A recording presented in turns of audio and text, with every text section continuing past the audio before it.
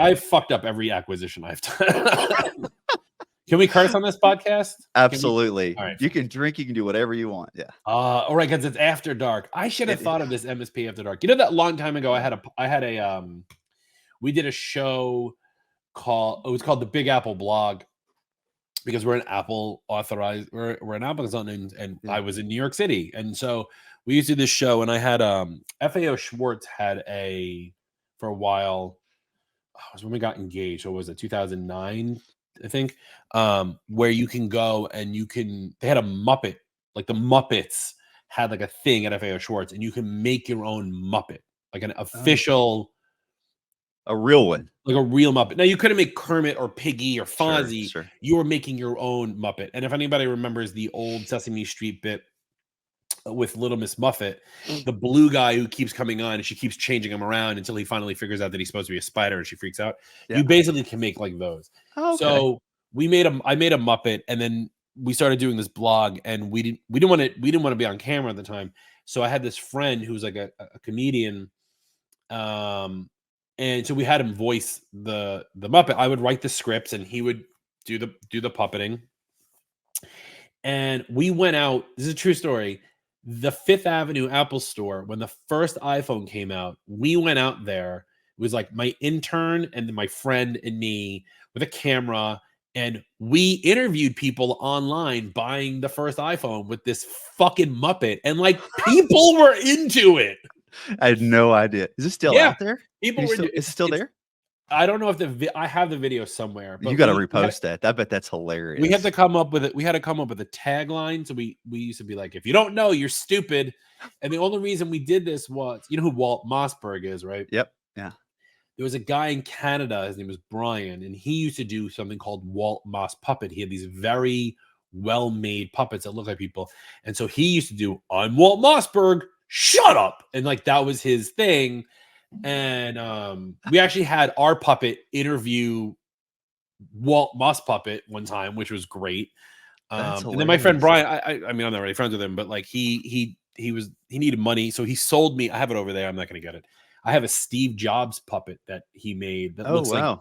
You know what? I got to get it. We're just going to see it. The glass is broke.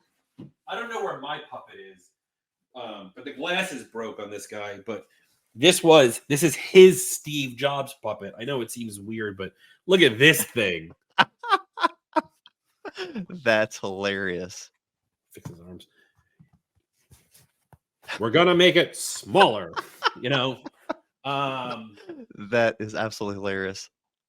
So yeah, I'll fix them. Oh no, he's gonna fall out of his box. And he's on the floor. Who would have thought you'd ever been into that kind of stuff? Like, right? There's a weird that little moment, right? It's a weird crossbreed between being an MSP and being a puppeteer. That's because, you know, it is all MSP. You know what I find is that MSPs, people who are in our industry, well, for starters, I don't drink. A lot of them drink heavily, understandably. But like everyone niches in on something, right? And I know a lot of people who are like into craft beers or craft whiskeys or like, you know, like these like niche-y little offshoot things. And you're like, why? I don't understand this. It's the same thing, right? Like I'm into stupid comedy with puppets. Right, right. That's your niche. Yeah, that's my niche. It's ultra niche, actually. My niche is that I'm a fucking weirdo, Craig, is what. Well, I absolutely respect that. But let's talk business. How are things? Let's do it. Yeah. So tell me about this whole. You said I fucked up every acquisition I have been in the middle of. So tell us, what does that mean? What have you? Do you want me to actually start your show for you? Yeah, please go ahead. What is it? What MSP After Dark? What's up, everybody? Welcome to MSP After Dark. I am not your host, Justin Esgar, but the host over there is Craig Willard. He's talking to me, podcast host extraordinaire from the All Things MSP podcast, Justin Esgar. Hi, how are you? Craig, how's it going today? How is that? That's a good intro. Right? Thank you for welcoming me to my own show. I really, really appreciate that. Oh, great. So really, the whole focus of this idea, I know as funny as this is going to be, but tell me about fucking up acquisitions. Yeah. So I own virtual. Well, It started off as Virtual Computers in 2008. Over time, we have changed our name. We're now the Virtual Consulting Group, and we have a lot of Okay. different pieces underneath it and things like that. And we're an Apple consultancy, so we're an MSP that focuses on clients who have Apple products, right? Macs, iPads, iPhones, whatever. Always have, always will be. We occasionally do the the one Windows PC because the bookkeeper's like, I need Excel, and stuff like that. Sure. Being as niche as we are, granted, my area is New York City. There's a lot of competition in New York City, and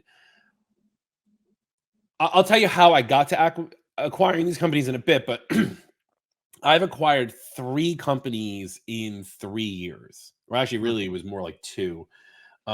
We acquired another Apple consultancy in Des Moines, Iowa. We acquired a Apple training facility. It's not a place, it's all virtual, but an Apple training facility based in Denver, Colorado. And then we acquired an Apple consultancy / Apple authorized service provider based in Columbia, Missouri. Okay. And I did all of them differently. And whilst at the end of the day, where we are now is significantly further along than we were pre-acquisitions, I can say safely that the way we did the acquisitions was wrong every time. And part of that was because I didn't have someone guiding me to do this. I did not partner with an M&A firm. I did not consult the right lawyers. I did things from the gut as opposed to from my brain because that's just who I am. Part of me, just this way your audience understands, is that like I'm not a technologist, right? I'm a business person first. I have been a tried and true entrepreneur for my entire life. When I was in 5th grade, my best friend Evan, it's so funny because I literally talked to him last week and I was like, I've been telling this story and I'm still telling it. My best friend Evan was sitting to the left of me. He would make these paper origami pencil holders, and I'd buy them from him for a nickel, and I'd sell them to the kid on the right of me for a quarter. Right? In high school, I was like the #1 candy seller of the future business leaders of America. Like, you remember like when we were growing up, you always used to hear about those like weirdos in the trench coats who were like, yo, you want to buy a watch? I was like, yo, you want to buy Sour Patch Kids? You want to buy a Ring Pops? Like, like that kind of thing. So I'm a tried and true entrepreneur. And so I've always worked the business angle first, not a technologist, even though I run a technology company. Sure. The people who I've acquired, however, have been technologists. And so I'm trying to figure out the business pieces of it, but at the same time, having never done M&A before, not having any guidance and not really doing enough research kind of led me astray into some of the things that I did. But again, like I said, at the end, it's all worked out, right? So, so the first company we acquired, which was in Des Moines, Iowa, the issues we had there in terms of acquiring was the payment schema, how we're paying them for their business. Now, I'm not going to get into specifics what the numbers were, but we did 75% upfront and 25% after 6 months, pending everything went well. And we had drawn out a list of what that meant. Now, the problem was that list was very obscure. It wasn't not really obscure. It was too free formed of an idea. Integrations of ticketing systems. Well, what does that actually mean? And the details weren't in there. And we had a lawyer draw up the contract. I found these nice Southern gentleman lawyers from Alabama who were a friend of a friend of a friend who, weirdly enough, never billed me. And if they ever hear this episode, they may. Tough shit, not going to. That's on you guys. Sorry. For sure. And I had to just trust these lawyers who I had never met in person. And again, it was a connection of a connection of a connection. It wasn't somebody I knew so well that I was able to just I just assumed they knew what they were talking about because they're the lawyers and I'm not, despite the fact that my mom still wants me to be one. So putting that much up front with so little on the back end to ride allowed the person who I was buying to get the stuff he needed to get done, but then fight me on literally everything else. And it turned out we actually had a personality mismatch, which was something I never even thought would be a problem until it became a problem. Right. One of the issues that came up was that, he kept saying my clients. And I'm like, they're not your clients anymore. They're my clients. I bought you. They're virtual clients. They're no longer yours. And that, unfortunately, he was a little hard-headed on that one. Nice Yeah. guy. And it caused him to want to leave the company, is basically what it was, which caused a rift because a lot of the clients from there were like, oh, he's not here anymore. Why would I stay with you? Right. So in the time period that we had him, which was a total of 9 months, even though his contract with us was for 2 years, I didn't connect with the clients in Des Moines quickly enough, and some of them left when he left. Mm. So that was a problem. Now later, he had left to go do something else, and he decided not to do that. And I invited him to come back. I was trying to be the bigger man, being like, "Come back, it'll be a great Cinderella story." And you came Sure. back, and like you did your thing or whatever it is, but he didn't want to, which is fine. No harm, no Did, foul. What? so did he take people with him? No, he ended up Okay. leaving the business altogether. And then when he wanted to come back into the industry, I ended up actually talking to another. In the Apple consultants world, we're all friends. We all know one another. We all friends. And Okay. I'll tell you how that but I ended up getting him a job with somebody I knew, and I called that guy saying like, "Look, so and so is looking for a job, whatever it is." And I was like, "You have the understanding that like if he brings a single client that he used to work with from our acquisition, you and I are going to have words." Right. And the person was I wasn't being an asshole, but he was a friend of mine. He's like, Sure. "No, got it. Yeah. I'm not gonna piss in your pot. You're not gonna piss in my pot." Fine. Yep. And some, and we've kept some in Des Moines, which is good. And we've actually grown our Des Moines offices and gotten more clients there and stuff like that. That's fine. The second one we did was a much smaller deal for this training company. And the two mess ups we had there was she had a staff member who was going to come over, but didn't like the terms and conditions of our employment contract. And I, at the time, was like, well, fine, we don't need you. But I didn't do enough due diligence on this company. A lot of the people, because this was a more B2C level thing, there are no contracts. There were no big payments. There were no whales. There was none of that stuff. And so as soon as people found out that this person had sold and that the employee who was coming over wasn't with us anymore, a lot of them jumped ship. Okay. Right. So that was a little bit of an issue there. And the other thing is, like, just to get the deal done, I used the person who was selling me their company. I used their lawyer to just represent both of us, which never do this. But it was so cheap, and it was going to be significantly cheaper than me hiring my own guy. And I looked at the stuff and I understood it well enough for what I was getting that I didn't really care. But in reality, like, you should never do that. Right. Yeah, for sure. The third one, much, much bigger acquisition, used a lawyer who I knew, got somebody who I can call on the regular. And I mean, he billed me finally, which is, the sign of a good lawyer. Sure. And we drew up because this one was a much, much larger deal. We drew up a multi-year payment schema. Here's where I messed up. Our first payment was September. And we said, okay, we're going to put a 6-month integration timer in it. And at so you get your first payment is actually going to be split into 2. So you get 50% of payment 1 in September, and you get 50% of payment 2 6 months later. Reactions. You know what, Apple? If you want to tell me that you're a business company, get out of here. So second payment of the second half of payment 1 would happen 6 months later. That would be March. Here's Okay. where I messed up. Payment 2 happened in September after that, not the following March. So I had a payment basically every 6 months for the first 3 payments. It should have been September, March, and then the following March. It wasn't. It was September, March, September. So I had a much Gotcha. shorter time window from that second March, from that March payment to that second September payment to make up an entire year's worth of payment that had to get to him. So, like, these are all learning steps that, like, no one would ever tell you about. And even actually, that was a mistake on my lawyer's part more than anything else, But like, I never even thought that like, oh shit, I only have 6 months to get an entire year's worth of savings in to make that payment for him.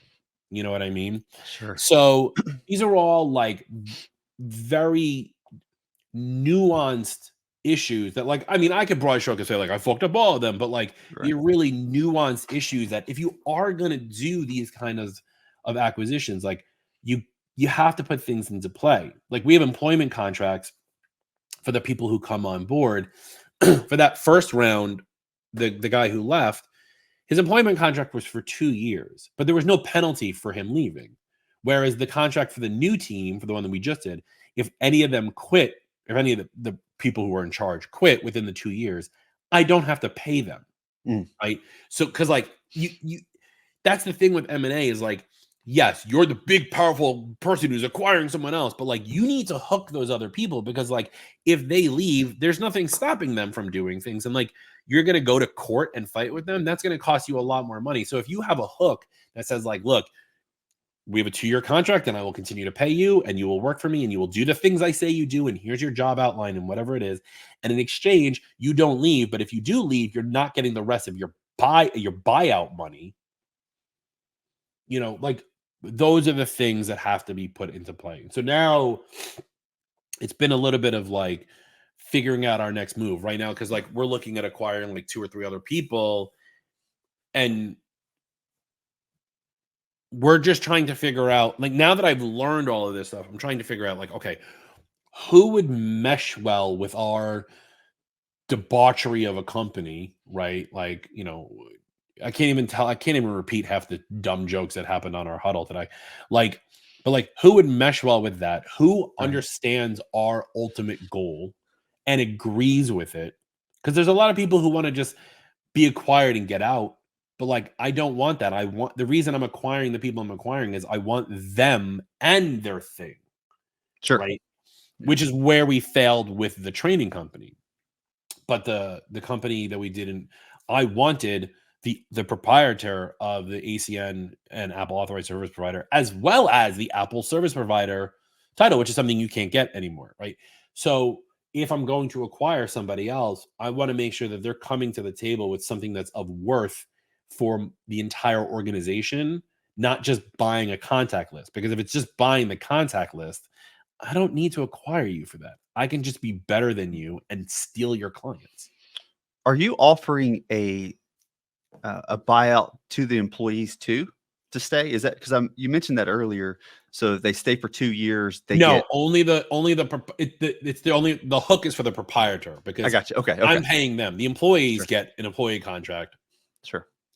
If you They get don't to keep work for their me, you don't job. work for me. Yeah, Right. you get your salary. You get your salary, and you get all the bonuses that come from working with us. Like we offer health insurance and 401k, and that's a lot of things that small MSPs don't actually have. Sure. Sure. And so if you don't work for us or decide not to come along, then you don't get the 401k and you don't get the health insurance and you don't get a paycheck that says virtual on it. So What made you decide originally to even have a conversation about about acquiring? acquiring Yeah. Like what was the original draw to that? the so I'm gonna hold on that question so I can get because in order to get there, I have to explain to you how I got to these people in the first place. Sure. As an Apple consultant, I used to go to I started off in 2008. In 2010, I created an app called Sign My Pad. It was a PDF signature application. It was pre DocuSign, EchoSign, all that stuff. Apple wrote about us in iPad for Work and all this Mm. stuff. So we had a really, really Sure. popular app. All the Apple weblogs. We got into a fight with Wired Magazine about our pricing. It was amazing. I used to go to Mac-based conferences, of which there weren't that many already, and talk about basically it was Tim Ferriss's 4-hour work week, but in Okay. reverse by saying if you do 4 more hours of work a week by outsourcing and by hiring interns, you can get an app built overseas and sell it in the app store. Because again, this is 2011, 2012. This is Sure. all bright-eyed, bushy-tail new shit out there. And you can make $80,000 to $100,000 a year extra. And so I would go to these Mac conferences and do this presentation. And the conferences were all very technical, right? I remember the first year I went to a conference called Mac Tech, and I'm sitting in a room with 400 people, and they're like, here's how you deploy a printer to 400 computers with a terminal command. And I'm like, I am never going to use that because I have 20 clients, all of which have 5 to 10 people in it. I don't need to deploy a printer to 400 computers with a terminal command, right? And I slowly realized there were no conferences in the Apple space that talked about the business side of IT consulting. How do you get more clients? How do you draw up contracts? How do you do sales? What should your website look like? What should you talk about? Like those kind of things. And so I started a conference in 2015 called the ACES Conference, which originally it stood for like Apple Consultants Entrepreneurs. But we made it we made it ACES in case we wanted to one day call it alligators, crocodiles, elephants, and snakes. It's like we didn't really care. And we're going actually into our 10th year this May, which is ridiculous because it's only been me running this conference. But because of the conference, I've been able to meet a lot more Apple consultants than I did when I only hung out with the regional New York group. So in the ACN world, Apple Consultants Network world, we have these regions that, and I've always been a member of the New York, New Jersey, Connecticut group. So we used to meet at TechServe on 23rd Street when it existed, and have meetings and talk shop, and I would help people out or like go work for them or do stuff like that. And with this, I was able, I mean, I've met people in South Africa and Australia and Canada and California and Des Moines, Iowa, and Columbia, Missouri, and Denver, Colorado. See where I'm going with this? So I met these people, and some of them, if you can't already tell, I'm a little bit of a loudmouth. Some of them believe that the way my public persona of doing shows like this and using my middle initial in my name and doing things like welcome everybody, you know, like all this stuff means I know what I'm doing in the industry, or knows I have a grasp on business, which I mean, I do, but that's beside the point. So a lot of them have come to me for advice. I actually also offer one-on-one business coaching and consulting for IT consultants. I'm mostly Apple consultants, but I do a couple of PC consultants, helping them grow their business one-on-one. And so I would have these one-off conversations with people when they would start talking to me about like, hey, I'm doing break fix and I want to become an MSP, right? Or, hey, like I hate my tech stack and I don't know what to do. And those conversations just kind of snowballed into, well, what would it look like if I offered you your tech stack? You know, the same way you hear about how they do it at the 20 or CMIT, right? Sure. Yeah. But not franchising. Right. And I said, what if I offered you the tech stack? What if I said to you, you don't have to worry about the tech stack? Because I was like, because again, going back to what I said in the very beginning, I'm not a technologist first. I'm a business person first. And a lot of these people are technology first. And I said, I'll let you do what you do best, whether that's project management, training, sales, being a level 1 tech, wiring, whatever it is. I'll let you do that. That way you don't have to worry about HR, finance, contracts, payroll, et cetera, et cetera. Sure. That was that gave them the glimmer in their eye to be like, oh, this actually isn't a terrible idea. Maybe we can do something here. And that's what stemmed, at least the Des Moines and the Columbia, Missouri. The Denver, Colorado was an offshoot one because it's not something in our field because it's B2C and we're B2B. Right. But the owner knew me because she had been at my first ACES conference, and she wanted to just trust that someone was going to take care of her baby, and she knew that I could do that. And it kind of, we internally said, okay, well, we can manipulate it and do it this way, and we can tie it with this other thing. And actually, we acquired that and the AASP within the same year. The goal being that we wanted to have them feed into one another.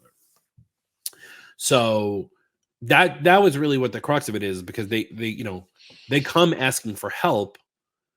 And my answer is, I can help you do this on your own or do it with me. Yeah. So it started with a bit of coaching or help or whatever. They know that they can come to you, your boisterous personality. They know they can come to you. And because of that, you have a little bit of insight and you say, well, how about I help you in a way that put you in a position to where you do what you like to do or you love to do, and we take all the rest of the things that you don't love to do and we handle those for you. Yeah, pretty much. Yeah, yeah, yeah. How do you decide what a company's worth? Because, a Sure. lot of times they have a really high opinion about what their value is, and you come in. How do you make a decision? Everybody everybody wants to be worth more than they are. It's funny because I was talking to a consultant buddy of mine, and there were some issues with upper management, and they were trying to get a valuation of the company. And I was like, and I said to him, I said, how many clients have you have that are on contract? And he's like, none. And I'm like, then your valuation is fat ass zero. Like, I look at it as the value of a company for me is the dollar value and the personal value. So let's do the dollar value because that one's a lot easier. How many clients do you have that are on contract that pay you monthly? Period. End of story. Because if the answer is zero, you merge with me. Oh, well, you have new owners. I don't want to work with you anymore. Now what am I? I'm stuck with it with my thumb up my butt because I have to pay payroll for you and your staff, and I don't have any clients. Not that that would ever happen, but like let's Sure. play worst case scenario. Sure. If you have clients that are paying you regularly and are on contract and makes sense, then I can figure out what your value is. You got 10 clients paying you $1,000 a month. You got $10,000 a month. You got a what is that? $1.2 million company? No, $120,000 company. It's early. I can't do math. Your value is $120,000. Whether you as the owner of that company are taking home more or less, or you have staff or whatever, I don't care about all that. So that's the key part of that. The other side of that is what can I remove from your cost of goods that I already have at a lower price, and how much am I going to carry that over? So if your ticketing system is $1,000 a month and my ticketing system is $80, is $800 a month, but adding you brings it up to 1,000. It's really a $200 difference. I'm saving $800 a month on you, right? Sure. Sure. And so I calculate that against their income from the contracts. So it's like a really rudimentary math to figure that part out. The other side is the personable part, which is, do we get along and will you listen to me and handle my New York attitude, which a lot people in what we call the flyover. I don't know where are you anyway? Central Kentucky. Okay, fine. So you're in the flyover because you're not New York or LA. Everything in the middle is flyover, right? From that New Yorker magazine. Yep. So, and I'm sure a lot of your listeners are going, this guy's just talking shit, right? No, I'm from New York. This is just how This I is talk. what we do. This is what we do. Hey, give me a bagel. Like, this is how we talk. And I have to, the question is, can the person I'm acquiring put up with that? Sure. Yeah. Right. Which has been a bit of an issue for some clients, right? They don't like the very sales. They think I'm always selling them stuff. I mean, I probably am, but I'm not. So there's that personality part of it. So it's the combination of the two. Like, are you actually what you say you are, or can you get there? Because a lot of the times, what I've been seeing from in the coaching side of things is you got this bright shining star of a person who's running a company, but they're hindered because they don't have the right team underneath them or any team underneath them, and they're stuck, dog clawing their way through things. Where I'm like, you know what? If you came on board and didn't have to worry about any of that stuff, and then you just like rock starred the thing you're really good at, you can make 10x what you're doing for me if I alleviate the rest of the pain for you. Right. So there's that piece to it as well. So if you had an opportunity to bring in another Apple similar client, that they were Mac focused and they had been in business for 10 years and they were $2 million, and you say, well, tell me about your contracts. And they say, we don't use them and we don't have anyone that leaves us. They stay with us. Our tenure is, 8.5 years is average, because there are people that have, they built the relationship. And of course, I think when you go to look at their organization, it's probably centric to that owner or whoever they have a relationship with. Yeah, But yeah, yeah. what's a value for someone who says, I want to sell, and then I you come wouldn't. in and say, you got I would nothing say for sorry. me. I would pass. I would pass. I would You got pass. nothing. Yeah. No, yeah, because you have nothing. Because the problem is that it's not the business. I'm buying you, and that Yeah. if I buy you, that's considered slavery in most states, right? Um, I wouldn't do that deal because of what already happened to me with the other owner from that first Sure. deal, Yeah. because I have nothing to hold you to. So then we would get stuck in legal rigmarole. Let's say it was you. Let's say you're the owner, right? Because I like using real people. You're the owner. You have that $2 million company. You don't have a single contract, and you have a team under you, right?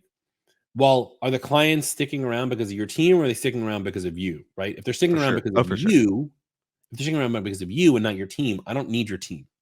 Yeah. Your team can go. Right. Thank you for your service. Sure. But in order to keep you around, I need to find a way to make sure that like you're continuously being happy no matter what bullshit you're hearing from me, because you're in Central Kentucky and I'm a New Yorker, right? And so how do what can I do to keep you happy, to keep you around, because your clients care about you and only you? So that's part one. Part two is, what's the time frame for them to stop caring about you and start caring about my company? And that Sure. way everyone on my team who does work for me can take care of them, so they stop calling you all the time. Yeah. And then the third thing is, what do I need to do to legally hook you? Because if you do leave, I'm not going to be sitting on a $2 million debt because you left and the clients left with you. Therefore, I've paid for nothing. So there's too many X factors there that we'd have to figure out. And Sure. I'm a It's just too simple much man. I work. want to make it easy. I don't Yeah. want to do Yeah. that. Yeah. Would you recommend at this point, if you did it again, would you still go your own way, or would you do some sort of M&A consulting firm to get in the middle to help you? Like, where are you at Um, now? you mean like if I had a time machine, can I do it if I did it all over again? I'd No, I'm saying, probably. what's your fourth deal going to look like? What's my fourth deal gonna look like? I'm probably still gonna do it my way. Not because I don't want to pay an M&A. Like I got M&A guys who are calling me all the time, being like, "I want to Sure. buy your company" or whatever. Yeah. I'd still do it my way. I think because I need to be able to learn. I need to be able to learn from my mistakes, and not using the That's M&A team yeah. is not the part that I'm not learning from, right? Because I know they exist. They're not. Sure. I don't need someone hunting for someone for me, because I'm not, flush with cash to go like, Wolf of Wall Street to go buy people out. I'm trying to cherry pick it. And I don't think that having an M&A team or, a company intervene would allow me to get there with that person as quickly as I could by myself, because I'd rather it be more natural. Right. If an M&A guy called you up, Craig, and was like, "Hey, I have an Apple consultant in New York City who wants to talk to you," and you were like, "Yeah," off the bat, there's already been a divide between us. Whereas if I knew you since the get-go, and like we've had Yeah. drinks and hung out and talked shop and did these funny things together, and had Zoom calls where we just Played with puppets. played with puppets, you know what I mean? It's a much Yeah. different thing, because Yeah. I now know your personality and I've already ticked off some of those boxes right away, which makes everything else easier, I think. Definitely would go with an attorney that is more skilled, more experienced in M&A. I don't want to crap on the attorney who did the last deal, because he is skilled. It's what they do. Also, he's my cousin's husband. Duly And I noted. have to see, and not that he'll hear this, but I do have to see him at family events. Yeah. No, he was fine. He did the job fine. I would probably use him again. I would just understand the timelines better. Now I know Okay. that mistake, right? Because what's that line from Batman? Why do we fall down, Master Bruce, so we can pick ourselves back up again, right? Like it's that. Yeah. Yeah. It's that. And now I've learned, okay, I've learned yet another thing. So now I know in my head, if I'm going for a fourth, okay, watch the timelines, make sure we're paying on a certain time frame, make sure we have the hook for the owner, make sure we have the client, and we have to put in there now migration time for the client to get to know the rest of the team, as opposed to only using Sure. you and your team. Sure. What's the engagement on the CPA level? Are you big into that type of stuff already, and you don't need someone to come in and evaluate books and make sure that what they say they're doing, or that there's not a burn rate or Yeah. something like that? So how does that get in the My play? best friend is a CPA, so I leverage that relationship hard. Hey, hearts out to you, Greg. I will in an acquisition, I will ask somebody for 5 years of their QuickBooks data, profit and Okay. loss statements, balance sheets, and then I will give it to my friend and just say, red flag it. Mm. Find the mistakes, because I'll take a pass at it and go, I've had people who've sent me their books before, and I've looked at it and go, this doesn't look right. Or like if you send me your books and you start with like, hey, I know this might look weird, but like this is what happened that year. Like already I'm gonna say no out of the gate, right? But I will have my friend who's not my CPA because I'm in New York and he's in Rhode Island, different laws, but he knows enough to be able to look at these things and find anything that may look weird. And then I will look at their numbers. Once he's cleared it, I will then go back to what I was saying earlier, where I'll look at their numbers and I'll ask for a P&L detail Sure. of their cogs, what software are they paying for, what's their stack, all these things. And I'll start figuring out where are we going to save money off their bill when we acquire them and stuff like that to make the numbers work. So I think it's important for someone who doesn't have a best friend that is a CPA to Yeah. have somebody that they trust that's a CPA to monitor that type of I mean, data, everyone correct? should have an accountant, right? Everyone should, because you shouldn't be doing your own. Stop doing your own Well, taxes. Put what's a H&R Block? Put them out of yeah, business. yeah, yeah. Do your own. Have an actual accountant look at the numbers and make sure that there's no red flags. Yeah, So CPA, legal, personality, yeah, yes. yeah. What else are some things to be aware of when you get down the Oh, trail of here's a acquiring? good one. Here's something you would never think of. How easily accessible is their office from you? Mm, So here's a great example. So I live in Jersey.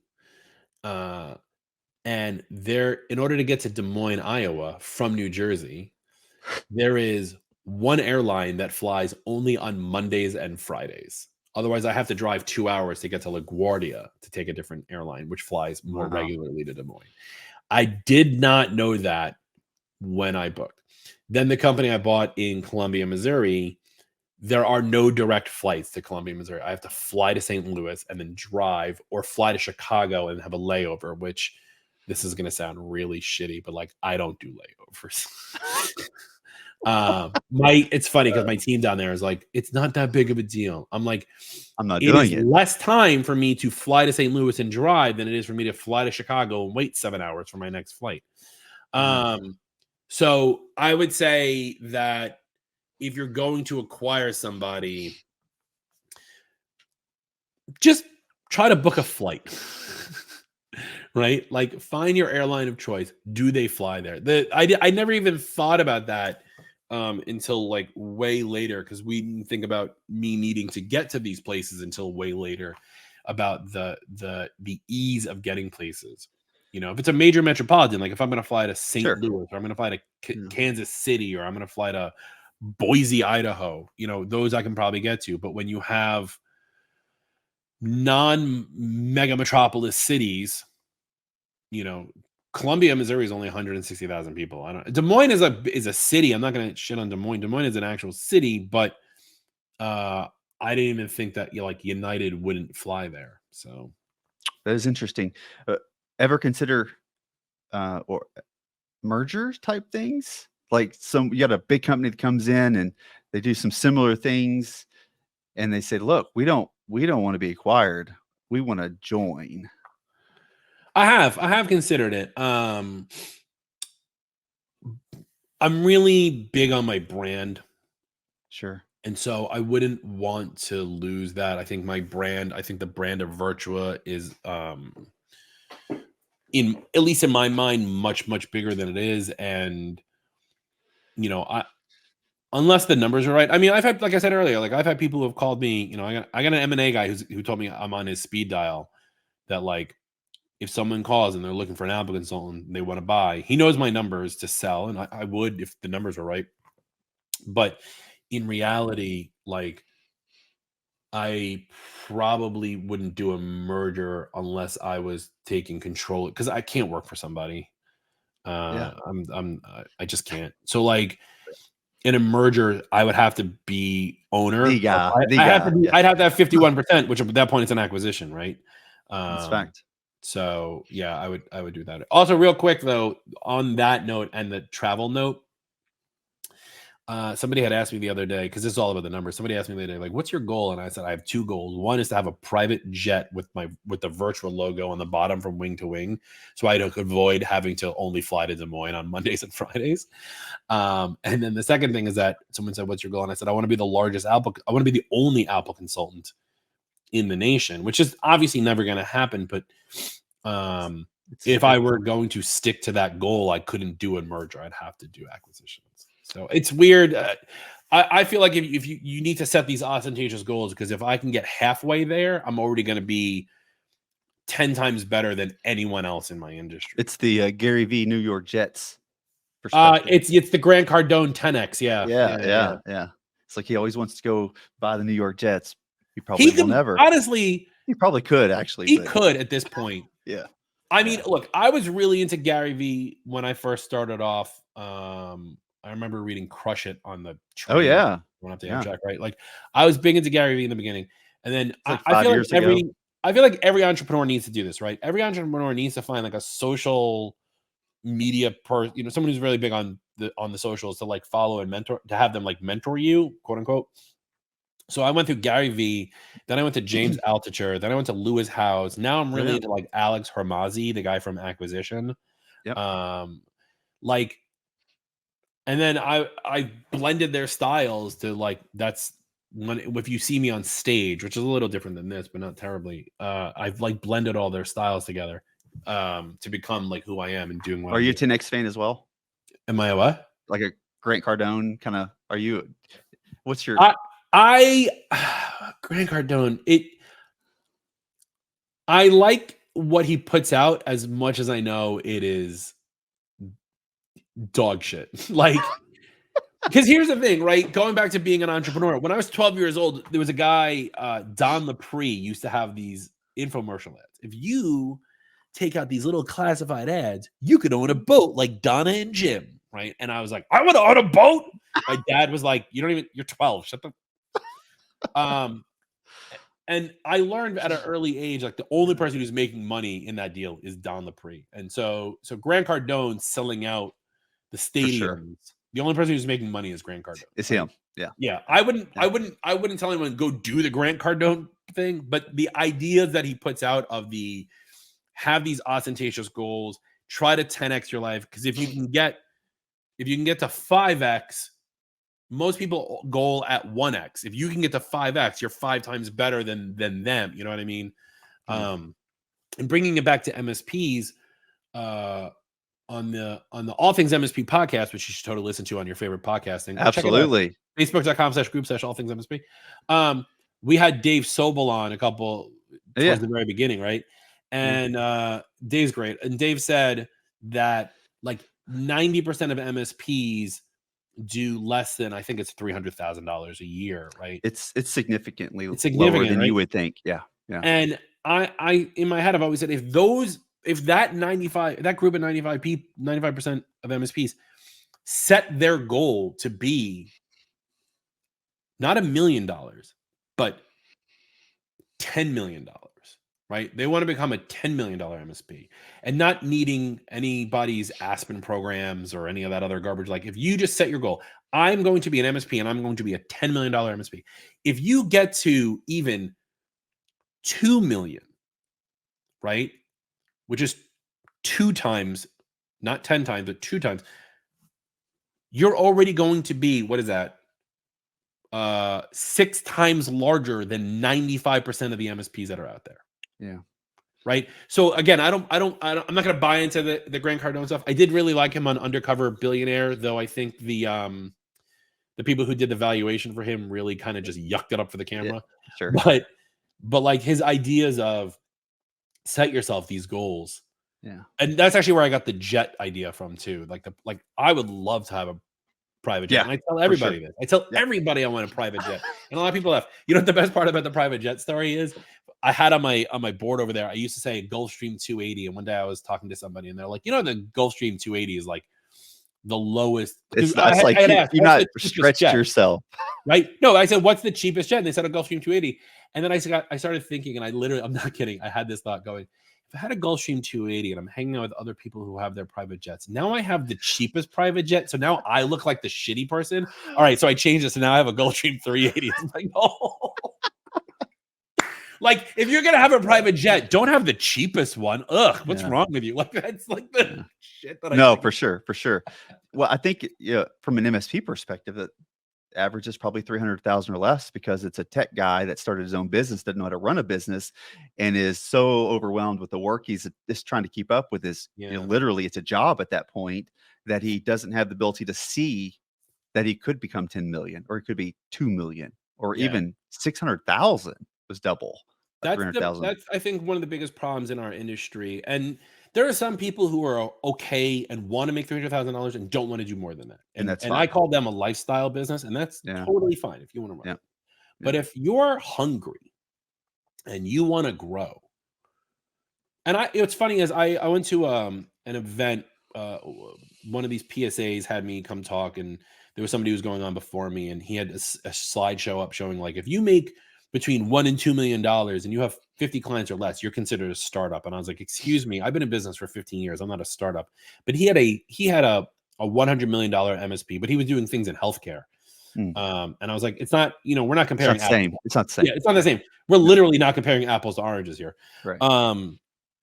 But if you're a $300,000 MSP and you want to get to $1 million, like there are standard business steps you should be taking to get there that people who are technical minded just do not follow. The amount of MSPs websites that are just utterly horrible. Just like start with your website. Like, does your website suck? Take a Saturday, fix it. Like, stop effing around and just fix it. Like, put on there right content. Listen to podcasts that help your business. I'm very good friends with them. I want to promote someone else's show on yours, but please do. Yeah.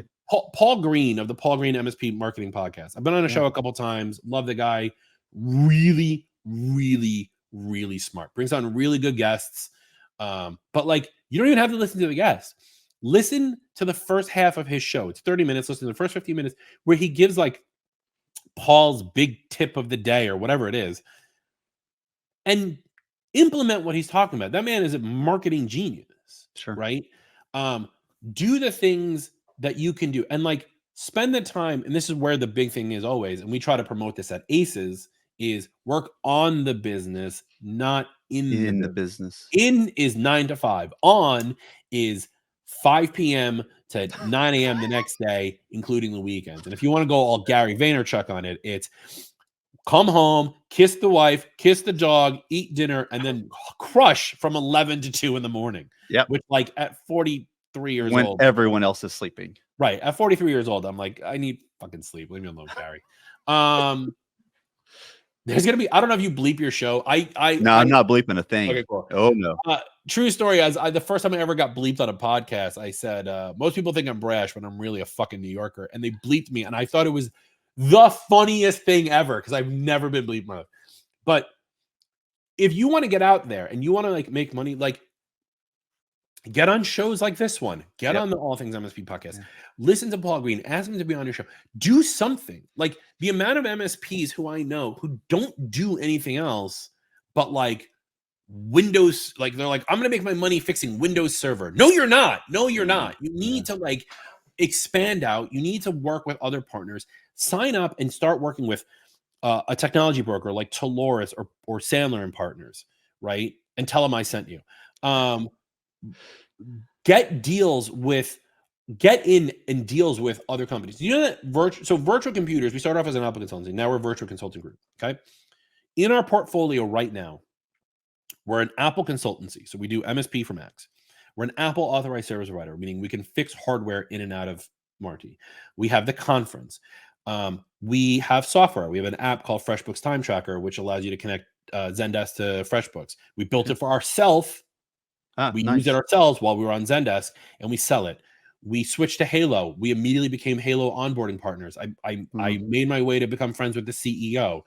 We got in bed with our RMM tool, our MDM tool, Adigy, and I made my way to work and start hanging out and talking to the CEO. Like, do these things because you need these relationships. They will help you along the way. Like, do things. I even have, like, we dabbled in hardware. I think I have one in here. This is going to show up.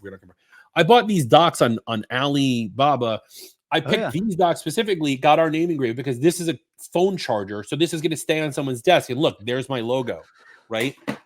We do funny t-shirts. Like, we have all these things. And like, a lot of my friends are like, why are you so doing all these things?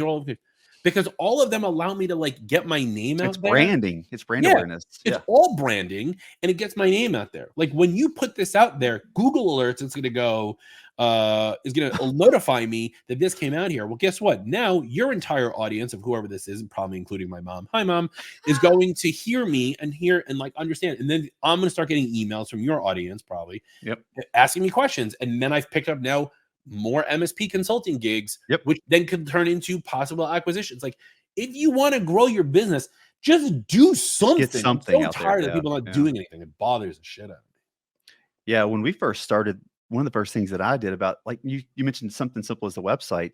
I went out and looked at the Syrian Top 100 and started clicking on all the websites, because they had a link in their online document. And so I was just clicking and looking and seeing what people were doing and how people were evolving. And then I just kind of made my own.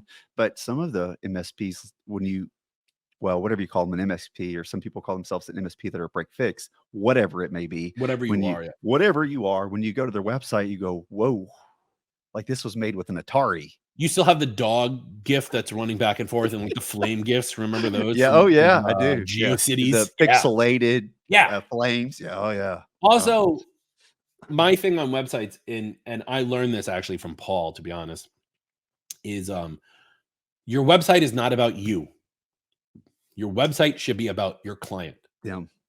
And so we used to have our hero graphic, our headline used to say, "We are the masters at Apple-based businesses." And Paul's like, make one change and change it to say, you've found the masters at Apple-based businesses. And it landed well. You know what I mean? Rings well too, doesn't it? Yeah, for sure.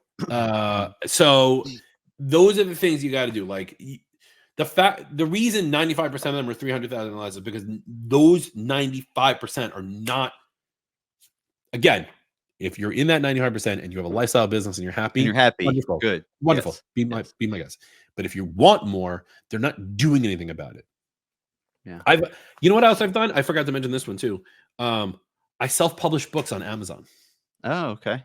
Right. I have a business book. I have a adult coloring book. I have a children's book. The business book is the one that's important here, but like, credibility. Oh, you have a book?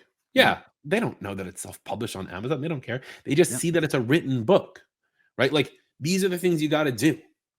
Get out there. Stop being lazy. I hate lazy people. I yell at my son about this all the time. He's like, I just want to watch my iPad. I was like, go do work. He's like, I'm 8. I'm like, stop being lazy. I'm 8. This is what we do. Earn your keep, kid. Yeah, for sure. All right, so we're getting close to an hour. We can wrap this up. So you've got 2 responsibilities left. One is any parting comments, and then you started the outro. You don't have a choice. You got to make. I'm sorry, the intro. You have a choice. You got to make the outro now. I don't know where your URLs are, so it's gonna be hard to do. I'll figure it out. MSPafterhours.com. That's the heart of this, and that's all I go to. Yeah. MSPafterhours.com. I'll do the outro for you. Okay. My parting words is this: try. If you can't try, learn. If you can't learn, ask. Because if you can find someone who can help you, they can teach you. That's how you learn. And then once you've learned, you can then try. So if you don't know how to do any of the stuff that we're talking about today, if you're thinking that your website's garbage, if you think you want to grow your business, if you think you want to sell your business and you don't know where to start, hit Craig up. He'll direct you to the right people because he's got his Rolodex of people and he can match you up. And just listen to more podcasts, learn more things, try different things. My rule on trying, just as a point of reference, my rule on trying is this: if you're going to try anything and it's going to cost money, just imagine how much money you can take to your driveway and light on fire and it not actually affect your day to day. That's how much money you can budget to try. Yeah. If you want to build apps, go build apps. Yeah. Offshore, Upwork.com, go hire anyone. Fiverr. You know how much stuff I get done on Fiverr? It's amazing, right? Yeah. Get that stuff done. Try. If you don't want to go bigger than 300 and you're happy, be happy. Yeah. But that's my parting words. That's it. Yep. All right. Well, I really appreciate all that you've provided to everyone that's going to be listening to this. Now it's the farewell. It's the outro. All right, let's see what you got, New Yorker. Psych stuff up. Thanks for listening to the MSP After Hours podcast. That's Craig. I'm Justin. Check us out at mspafterhours.com, where we'll have the show notes, and all the information. I'm hoping I'm getting this right. Find Justin Esgar at justinesgar.com or virtualconsulting.com. Find Craig at whatever website he has, because I don't know what it is. That's Craig. I'm Justin. Bye.